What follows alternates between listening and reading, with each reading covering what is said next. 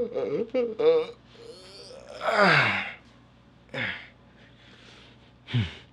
guys, Lyrics Messiah here, and today we're either gonna do 11 things or 2 things, depending on how you count it. I wanna give you guys 10 tips on how to start a YouTube channel, but we're also gonna go to a waterfall. So that's either 10 plus 1, which is 11, or 1 plus 1, which is 2. You be the judge.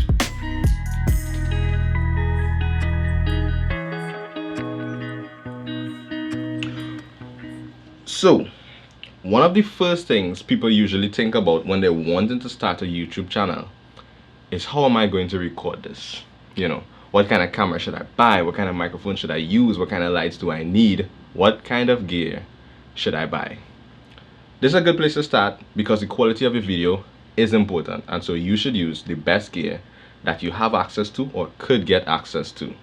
That's tip number 1. Whether that's a cinema camera and studio lights, or you know, your cell phone and the window on a sunny day, use the best gear that you have access to.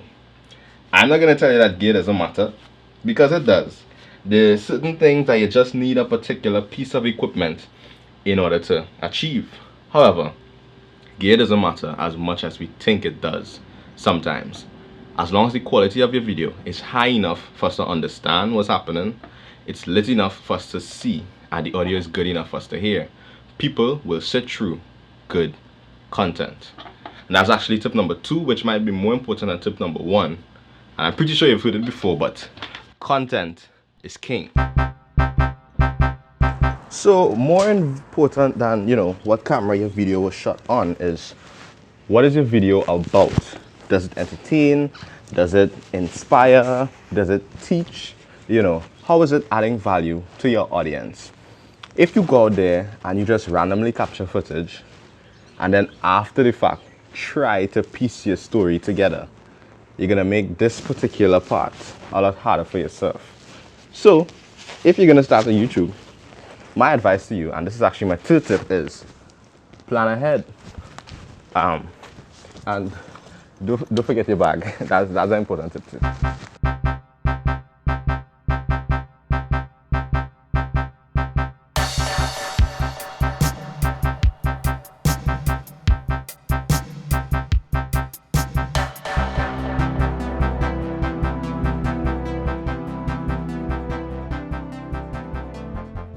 So most of the people who decide, you know, I'm gonna start a YouTube channel, they start by themselves. That means they're in charge of making the videos, they're in charge of uploading the videos, they're in charge of everything. And so personal responsibility becomes very important. You know, when are you gonna make these videos? When are you gonna get time to shoot? When are you gonna edit them? When are you gonna upload them? You have to come up with the schedule, you have to come up with the plan. So my advice to you is, make a plan. You know, don't bite off more than you could chew. Don't say you're gonna upload a video every day and you know you have work and you have school and you got these kids and you won't be able to do that. Make a schedule that is a realistic one that you could stick to. Make a plan, stick to the plan. Another important part of planning is knowing the audience that you're aiming to attract. You know, are the videos you're making for your friends and family? Are they for your gaming community? Are they for teens between the ages of 16 to 18 from the Kissimmee area that have an interest in luxury cars? You know, you got to be specific, and you have to know who you are targeting, because that will help you to tailor your videos to suit them. After you put your video out there and, you know, people watch it and whoever likes it, you could now see who is actually watching my videos. The people I planned for, or these people that I didn't even know would be interested in my stuff. And here is where analytics become very useful. And this is tip number 4. Learn to read the analytics.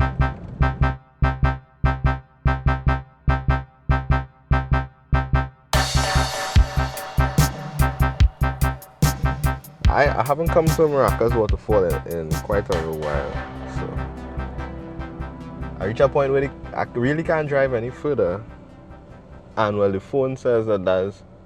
Probably can't see it. I'll put it up on the screen. It says this is Waterfall Road. I mean, what more you need than that? If this is what to follow road, then this is where we need to be. That being said, let's talk a little bit more about tip number 4, which is the analytics. Now, when you're starting a YouTube channel, which is completely different from growing a YouTube channel that you already have, the analytics won't be super important to you. However, it's never too early to start learning how to use analytics. YouTube Studio gives you a lot of free, useful analytics, so you could head in there, start to look at, when people watch your video, who's watching it, where they're from, and you will start to understand who is the audience you are attracting. When you do that, you could either recognize, okay, this is the audience I was aiming for, and you could continue to tailor your content to suit them.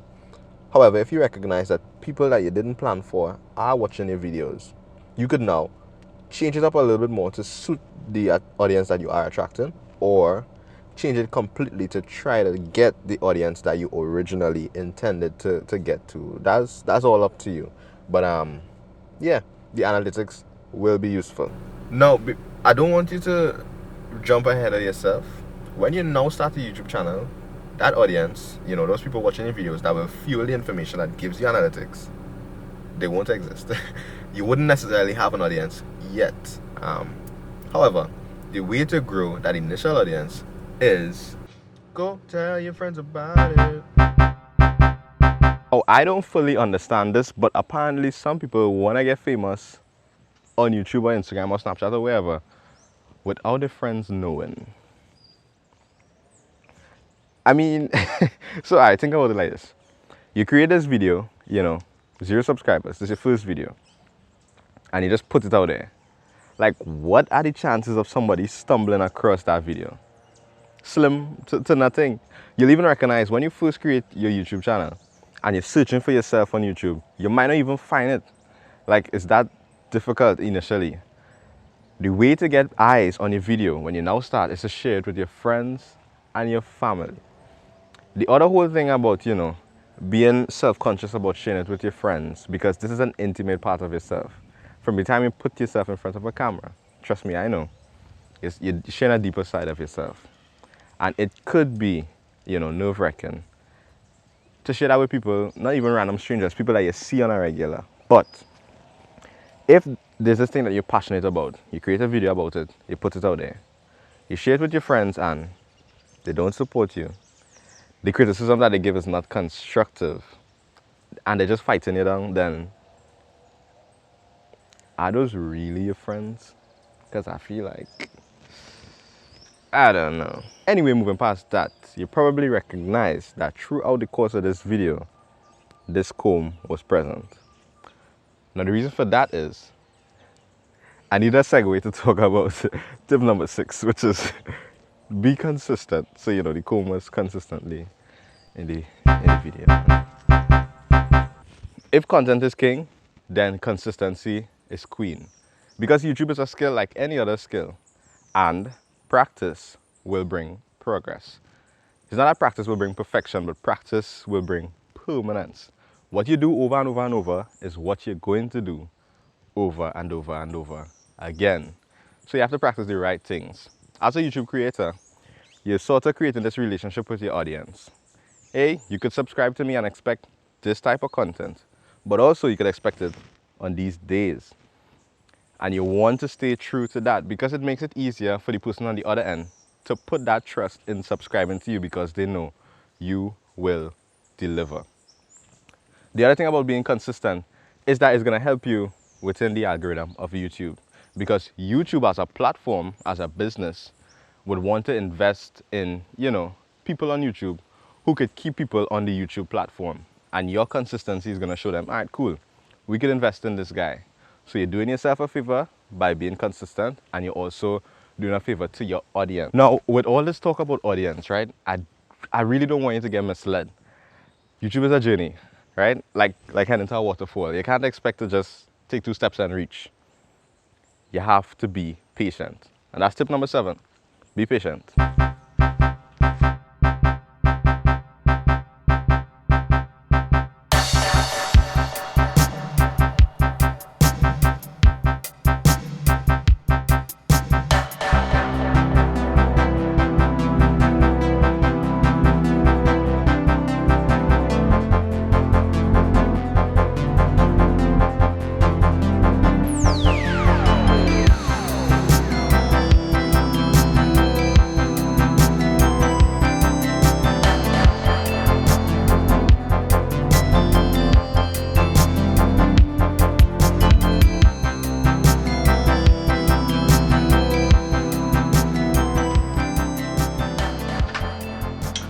So, tip number 8 is actually a little bit different in that we're going to talk about some freebies, some free resources that you could utilize to assist with your whole YouTube journey. So the first one I want to talk about is for editing a video. If you're shooting on your phone, which you could do, Adobe Rush, which is free, is a great one to use. There is also iMovie if you have an iPhone.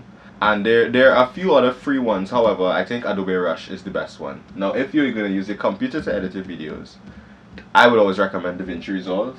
That's what I'm using right now. However, you need to have a computer with some good specs in terms of RAM and storage and GPU. So, if your computer is not all of that, then DaVinci Resolve might not be for you. But if your computer can handle it, it's a great free application to utilize.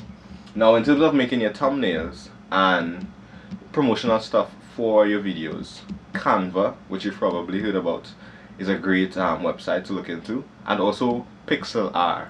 Now, with Pixlr, it's a web-based and it's quick. So, like, when I'm in a bind, I use it. However, Canva is a better option, and there are a lot more templates within Canva.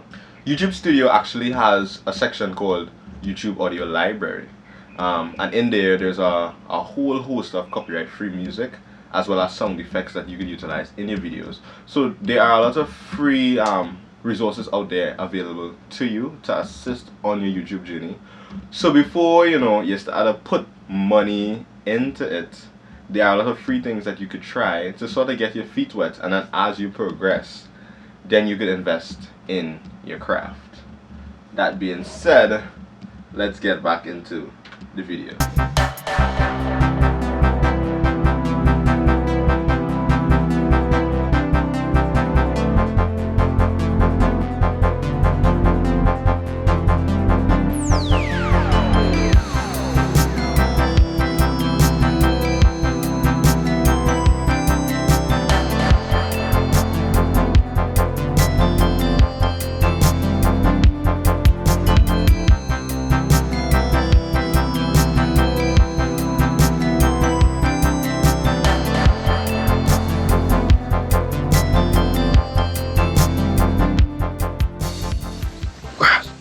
So, these last 2 tips are for you, the person watching this video.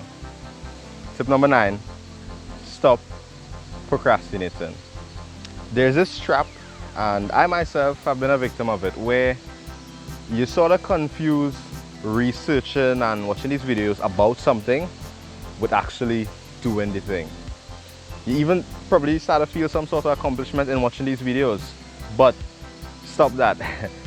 The whole idea of making a plan and the whole value in having a plan is only realized when you actually start doing it. So let this be the last video like this that you watch, and go and do it. Stop procrastinating, get out there and get it done.